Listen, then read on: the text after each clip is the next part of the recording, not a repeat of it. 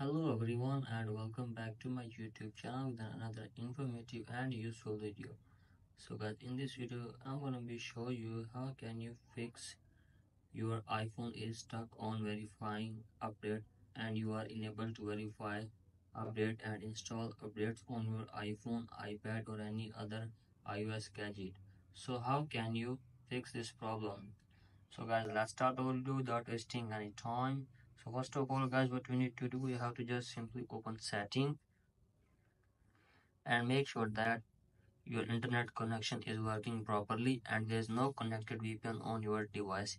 If there have been connected VPN, then disconnect, and after that simply tap on screen time, tap your content and privacy restriction and turn this toggle off. Now after that simply go back, tap on journal, tap your date and time, and from here guys simply set this toggle to set automatically. Now after that guys simply go back, tap on transfer or reset iPhone, tap on reset, tap reset network setting, enter your iPhone passcode and reset your network setting.